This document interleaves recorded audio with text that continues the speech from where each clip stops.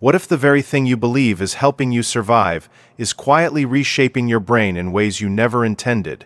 Across the United States, a silent shift is unfolding among women over 40, and it challenges long-held assumptions about who is most vulnerable to alcohol's grip. For decades, heavy drinking and alcohol use disorder were statistically more prevalent among men, but recent epidemiological data reveal a narrowing gender gap, particularly in midlife populations. This is not a dramatic overnight spike. It is a steady, measurable rise that mirrors deeper psychological, biological, and cultural forces converging at a critical stage of life.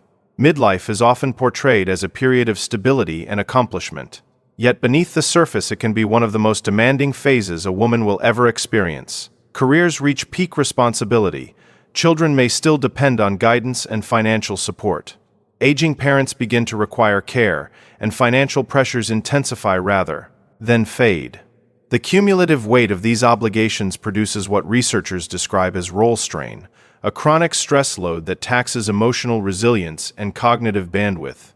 At the same time, the body itself is undergoing transformation. Perimenopause and menopause introduce fluctuations in estrogen and progesterone that influence sleep architecture, thermoregulation, mood stability, and stress reactivity.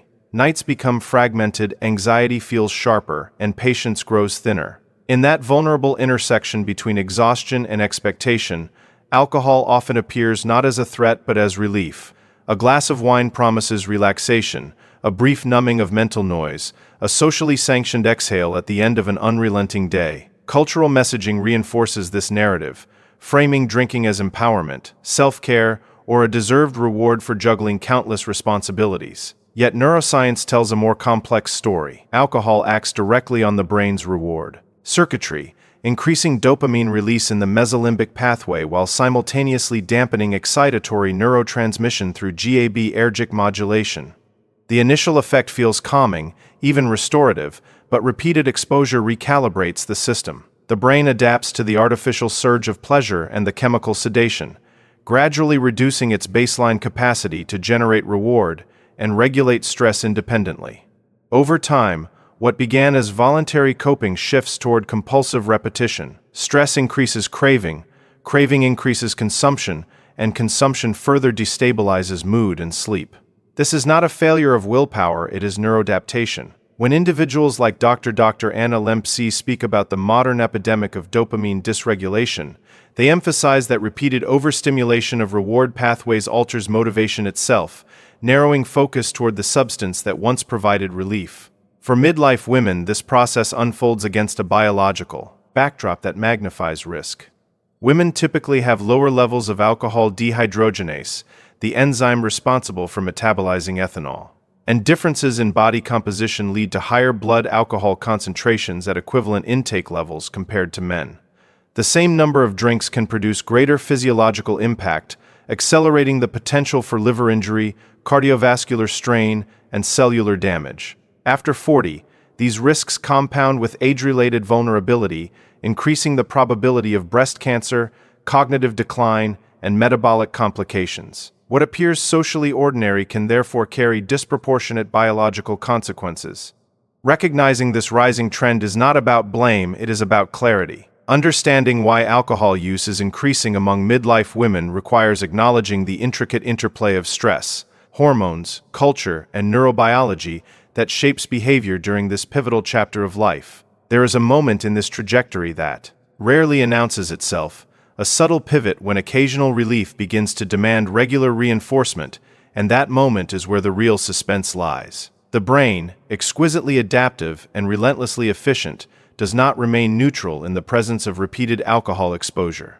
Each episode of drinking imprints a memory trace linking relief to reward, encoding the association deep within neural circuits that prioritize survival-level drives. Dopamine signaling becomes conditioned not only to the substance itself but to the cues surrounding it. The time of day, the kitchen counter, the quiet after everyone else has gone to sleep. Gradually, anticipation alone can trigger craving. Meanwhile, the stress response system, governed by the hypothalamic pituitary adrenal axis, becomes increasingly sensitized. Alcohol initially suppresses cortisol and dampens sympathetic activation, but with chronic use the baseline stress set point rises. The paradox emerges. The very substance used to soothe anxiety begins to amplify it between drinks. Sleep. Once the justification for pouring a second glass, fragments further as REM cycles are disrupted and early morning awakenings intensify. Mood volatility increases. Concentration slips. What feels like coping is in fact recalibration toward dependence. Epidemiological data from institutions such as the Centers for Disease Control and Prevention and the National Institute on Alcohol Abuse and Alcoholism confirm a measurable rise in high-risk drinking patterns among women in midlife, including increases in binge episodes and alcohol-related hospitalizations. These statistics are not abstractions, they represent individuals navigating invisible thresholds. The escalation is often quiet because it is socially camouflaged. Wine with dinner becomes wine before dinner. Weekends expand into weekdays. A bottle once shared stretches thinner. Yet because drinking remains integrated into social rituals, professional networking, and even wellness culture, warning signs can be rationalized. The internal dialogue shifts from "I want this" to "I need this," and that semantic change signals neurobiological progression. Biologically, women face compounded vulnerability.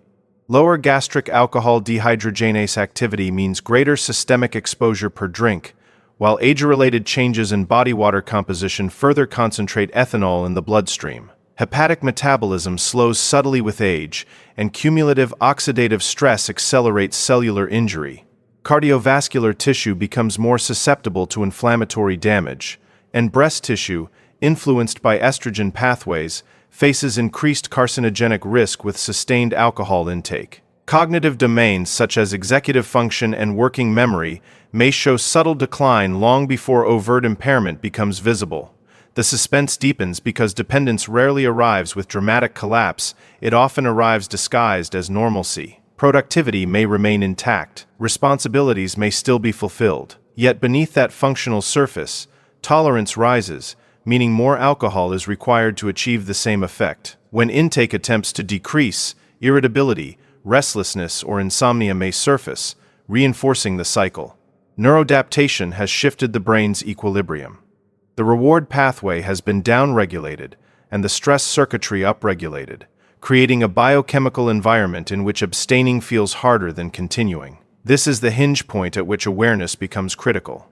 Without recognition, the trajectory progresses incrementally toward greater medical risk and psychological entrenchment. With recognition, however, the same neuroplasticity that facilitated adaptation can be harnessed for recovery. The brain that learned dependence retains the capacity to relearn balance, but only if the pattern is interrupted before consequences compound further. Awareness is the inflection point where vulnerability can transform into strength, because the same neuroplasticity that encodes dependence also enables renewal. When alcohol use is interrupted, the brain does not remain permanently dysregulated, it begins a gradual process of recalibration. Dopamine receptors that were downregulated can regain sensitivity, stress circuitry can quiet, and sleep architecture can restore its natural rhythm over time. This restoration is neither immediate nor effortless, yet it is biologically grounded in the capacity for homeostasis. Prevention and recovery strategies for midlife women must therefore integrate both neurobiological understanding and practical life restructuring. It is insufficient to merely remove alcohol without addressing the stressors and hormonal transitions that made it appealing in the first place. Evidence-based approaches emphasize behavioral substitution, stress modulation, and social realignment. Structured exercise enhances endogenous dopamine and endorphin release, improving mood regulation, without neurotoxic cost.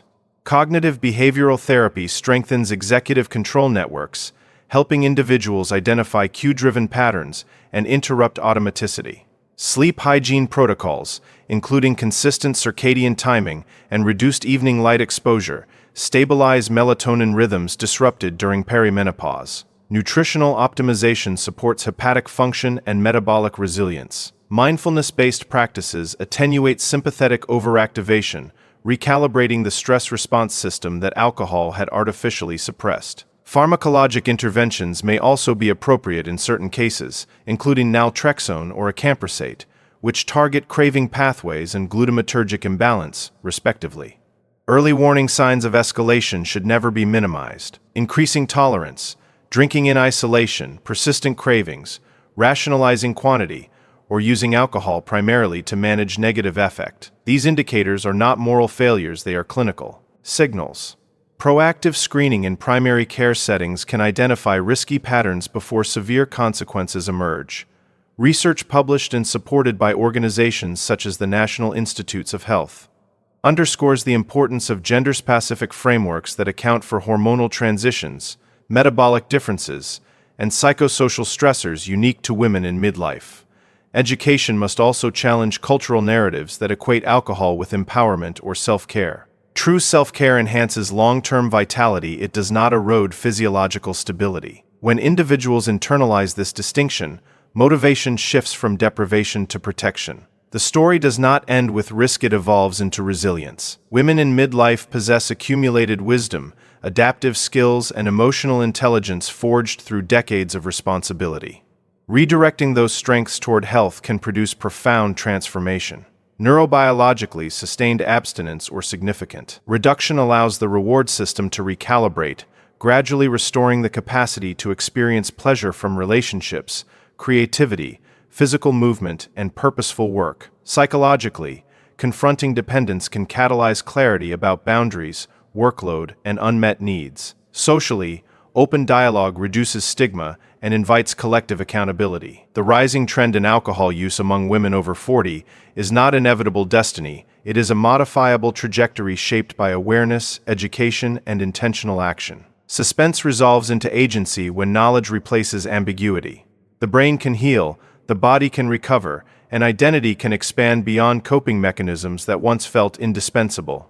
Each choice to pause, reassess, and realign with long-term well-being reinforces neural pathways of resilience.